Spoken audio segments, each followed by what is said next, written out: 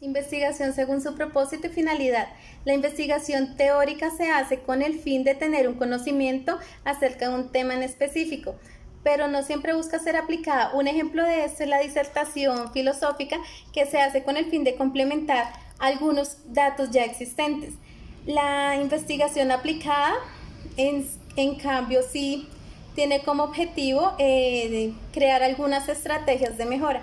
Esta investigación aplicada se divide en investigación aplicada tecnológica, la cual es aplicada en el área productiva con el fin de crear un impacto positivo en la sociedad. Y la investigación aplicada científica hace referencia a toda esta investigación que se hace con el fin de obtener unos resultados y crear alguna estrategia de mercadeo o algún desarrollo de nuevos productos. Es cuando hablamos claramente de un estudio de mercadeo. Información de conocimientos previos. Según expertos, este término proviene de la teoría de aprendizaje significativo, propuesto por el psicólogo estadounidense David Eusel a mediados del siglo XX.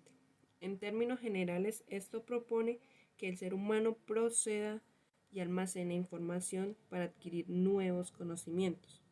Por medio de esta se construye la visión o expectativa del mundo, a partir de las experiencias vividas en el pasado.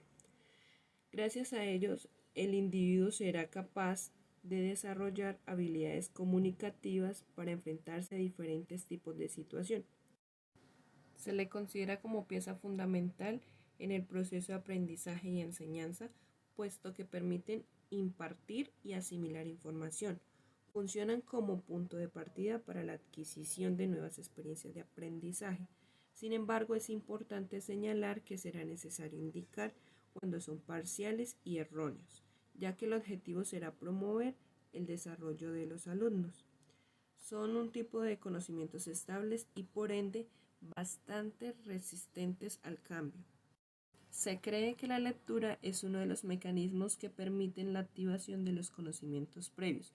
No obstante, se requiere incentivar una correcta comprensión lectora para evitar incurrir en malas interpretaciones. Su importancia radica en que por medio de estos será posible la comprensión de nuevas situaciones que llevarán a la resolución de problemas. Por ello, el maestro o instructor deberá estar atento ante la reacción de este tipo de conocimiento, porque se definirá en qué contenidos se deberá profundizar y en cuáles no. Ahora vienen los tipos de investigación. Investigación exploratoria. Busca una visión general de un nuevo tema de estudio. Investigación descriptiva. Busca dar o conocer la estructura o el funcionamiento de alguna cuestión. Investigación explicativa. Busca encontrar las leyes que determinan ciertos comportamientos. Investigaciones espontáneas. Son aquellas que surgen como forma de dar explicaciones a las situaciones que acontecen en el día a día. Implican los procesos sensoriales y de percepción. Investigaciones transmitidas socialmente. Se crean a partir de la interacción en el ámbito cultural o familiar. Estas implican las creencias que se generan en estos grupos. Investigación analógica. Se hacen presente al no generarse ni de manera espontánea o por la interacción social. Estos conocimientos se construyen gracias a la comparación y analogía de otros planteamientos que ya han sido adquiridos. Un ejemplo de este conocimiento previo es cuando la instructora o profesor nos explica algún tema, pero antes de explicarlo, el profesor siempre pregunta, ¿alguien sabe? ¿Alguien conoce? ¿Alguien ha escuchado? ¿Alguien ha tenido alguna experiencia? Después de que ella indaga qué tanto saben los estudiantes, ahí sí empieza a explicar el tema y profundiza. A esto es lo que le llamamos información de conocimientos previos. Gracias. Bueno, este tema es del tipo de investigaciones científicas y esta es basada según su alcance. Y la primera es la investigación exploratoria. Esta investigación se utiliza cuando un objeto hace una aproximación a un asunto desconocido o sobre el que no haya investigado lo suficientemente. Este método es muy importante porque te permite profundizar más del tema que en realidad quieres o que en realidad buscas. La segunda es la investigación descriptiva. Como su título lo dice, se encarga de describir las características de la realidad con finalidad de comprenderlas más exactamente, comprender el tema o la investigación que estés buscando. Esa te ayuda bastante. Y tercero, la investigación explicativa. Este tipo de investigación es el más común y se encarga de establecer las relaciones de causa y efecto que permiten hacer generalizaciones que puedan extenderse en la realidad. Este estudio es muy útil para cualquier método de investigación que estés utilizando o que vayas a utilizar. La investigación correlacional, esta es la última. Este tipo de investigación o de método no experimental se encarga de medir dos variables que evalúa las relaciones estadísticas entre ellas sin ninguna influencia de ninguna variable. Pues esos tipos de métodos o de tipos de investigaciones son muy útiles para la vida cotidiana. Gracias. Según el diseño de la investigación, les hablaré del diseño cuantitativo. Lo podemos utilizar en un trabajo de investigación que dependerá de que se escoja un diseño básicamente del enfoque de la investigación que se va a trabajar. Si yo voy a trabajar en un enfoque cuantitativo, entonces tengo que escoger un diseño cuantitativo. Si yo voy a trabajar en un enfoque cualitativo, entonces tengo que escoger un diseño cualitativo. Y si el enfoque fuera mixto, tenemos que trabajar con el diseño mixto y así sucesivamente. Se preguntarán desde dónde partimos. Partimos desde nuestro problema de investigación. Ahí en el problema de investigación tenemos las variables, las cuales son la población, tenemos el tiempo, tenemos el espacio y tenemos el momento en el que hemos redactado. Ya teniendo el enfoque de la investigación, el cual nos va a permitir elegir el diseño de investigación que vamos a usar. Los diseños cuantitativos se dividen en experimentales y los no experimentales. Básicamente los experimentales a su vez se dividen en tres: los preexperimentales, los cuasi experimentales y los experimentales puros. Esos preexperimentales tienen la finalidad de terminar de conocer el fenómeno que se va a investigar. Los experimentales puros se basan sobre todo en los trabajos en los cuales podemos controlar todas las variables de un fenómeno, pero sobre todo se pueden desarrollar en el laboratorio donde podamos controlar todas las variables del fenómeno. Pero si en algún momento podemos atender un fenómeno del cual no podemos controlar todas sus variables, entonces debemos asumir que estamos con un diseño cuasi experimental. Ahora los no experimentales. Estos los podemos dividir en dos grupos, en el transicional y en el longitudinal. En el transicional es cuando la investigación se centra en analizar cuál es el nivel o estado de una o diversas variables en su momento dado. En este tipo de diseño se recolectan datos en un solo momento, o sea, en un tiempo único. Su propósito es describir variables y analizar su influencia e interrelación en un momento dado. Pueden abarcar varios grupos o subgrupos de personas, objetos o indicadores. Se pueden dividir en tres tipos. Primero, transicionales exploratorios. Es donde se recolectan los datos sobre una nueva tarea sin ideas prefijadas o con apertura. Segunda, transicionales descriptivos. Recolectan datos sobre cada una de las categorías, conceptos, variables, contextos y reportan los datos que obtienen. Transicionales correlacionales casuales. Describen vinculaciones y asociaciones entre categorías, conceptos o variables y establecen procesos de casualidad entre esos términos. Diseño longitudinal.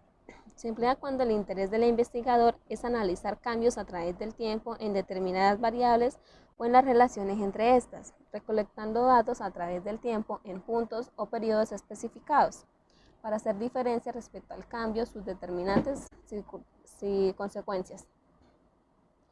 Estas también se dividen en tres categorías o diseños. Primero, de tendencia. Son aquellos que analizan cambios a través del tiempo dentro de alguna población en general. Su característica distintiva es que la atención se centra en una población. De análisis evolutivo. Examinan cambios a través del tiempo en subpoblaciones o grupos específicos. Su atención son a los grupos de individuos vinculados de alguna manera. De panel, estudia el mismo grupo específico de sujetos, es medido en todos los tiempos o momentos. Entonces recordemos, en diseños no experimentales se dividen en dos grupos, los transaccionales y los longitudinales. En los transaccionales encontramos los explorativos, descriptivos, correlacionales casuales, y en los longitudinales encontramos los de tendencia, de análisis evolutivo y de panel. Panel. Estudia el mismo grupo específico de sujetos, es medido en todos los tiempos o momentos. Entonces recordemos, en diseños no experimentales se dividen en dos grupos, los transaccionales y los longitudinales. En los transaccionales encontramos los explorativos, descriptivos, correlacionales casuales, y en los longitudinales encontramos los de tendencia, de análisis evolutivo y de panel. Según la fuente de investigación, investigación documental. La investigación documental es la técnica que se enfoca en la utilización de registros impresos o manuscritos, sonoros y gráficos, los cuales se emplean como fuentes de información. La investigación documental puede ser, primero, la presentación de una nueva teoría o modelo de interpretación que se basa en teorías existentes. Segundo, crítica de ciertas áreas del conocimiento, incluyendo la evaluación y el análisis de información disponible sobre un fenómeno determinado. Tercero, estudios que comparan teorías de un área de conocimiento. Cuarto, estudios de literatura, historia, lingüística u otras áreas de carácter social. Tipos de investigación documental que existen son, primero, exploratoria. Este tipo de investigación exploratoria se encarga de probar que algo es correcto o incorrecto, además de encontrar soluciones alternativas después de evaluar la información investigada. 2. Informativa. Se encarga de mostrar la información relevante sobre un tema específico que viene de diversas fuentes sin aprobarlas. Fuentes de información para realizar una investigación documental. La investigación se lleva a cabo gracias a la información que se obtiene de las siguientes fuentes de información. Primero, documentación impresa. Los materiales impresos pueden ser libros, periódicos, directorios, tesis, proyectos de investigación, impresiones de archivos estadísticos, etc. Documentación electrónica. Son todos los materiales que se pueden encontrar en Internet, como libros, revistas especializadas o artículos que se publican en formato digital. Documentación gráfica. Estos materiales son los que aportan información como mapas, planos o fotografías, etc. Documentación audiovisual. Estos son videos y audios que contienen información de entrevistas, presentaciones y conferencias, en fin. Entre las ventajas más importantes de la investigación documental se encuentran, primero, te permite ahorrar recursos como tiempo y dinero. Segundo, aumenta los conocimientos y capacidad de memorizar. Tercero, es fácil recolectar la información que se necesita. Cuarto, es posible realizar una base de datos donde se recolecten las fuentes de información. Quinto, es posible verificar las conclusiones obtenidas en la investigación. Investigación de campo. Es el proceso que utilizando el método científico te permite obtener nuevos conocimientos en el campo de la realidad social. Investigación pura. Y estudiarlos tal y como se presentan sin manipular variables. Existen varios tipos de investigación de campo, según el objetivo del estudio. Pueden ser investigaciones para explorar un fenómeno nuevo o del que se ha estudiado muy poco, o para corroborar si un fenómeno se ajusta a un paradigma establecido. También se pueden hacer investigación de campo para describir y comparar variables. En fin, la investigación de campo usa instrumentos como ficheros o representaciones estadísticas que, combinados con técnicas como la observación o la encuesta, permiten recompilar y analizar los datos que se van a estudiar. Como dije anteriormente, la investigación de campo te permite generar nuevos conocimientos. Por ello, se considera esencial tanto en las ciencias puras como en las ciencias sociales. Por ejemplo, cuando un grupo de biólogos recoge muestras de agua en un lago para medir su nivel de contaminación, ahí están haciendo investigación de campo. Características de la investigación de campo. Tiene ciertas características, le diré 3 de ellas. Primera, se lleva a cabo fuera del laboratorio. La investigación de campo se realiza en un lugar en el que se va a estudiar el fenómeno. Eso significa que campo es en realidad cualquier ubicación geográfica que esté fuera del laboratorio o espacio con condiciones controladas. Segunda, los datos se recolectan en el terreno. En la investigación de campo, los datos o muestras se buscan en el lugar donde se desarrolló el fenómeno de estudio. Por ejemplo, si se va a hacer una investigación sobre bullying escolar, hay que buscar los datos en una escuela previamente seleccionada. Tercera y última, requiere de inversión. La investigación de campo necesita cierto nivel de presupuesto o en su defecto patrocinios o ayudas económicas de organizaciones o particulares. Un ejemplo, si un grupo de biólogos quisieran ir a tal lugar a investigar las mariposas, los gastos de ese viaje serán asumidos o por los investigadores o por la organización para la que trabajan. Muchas gracias. Enfoque de la investigación. El enfoque de la investigación es la forma en la que el investigador se aproxima al objetivo del estudio. También es la perspectiva desde la cual aborda un tema. Un ejemplo es cuando el investigador quiere obtener los datos de los delfines.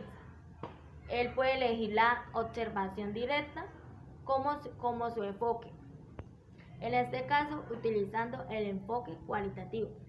El enfoque cualitativo permite alcanzar un análisis sistemático de información más subjetiva, a partir de las ideas y opiniones sobre un determinado asunto.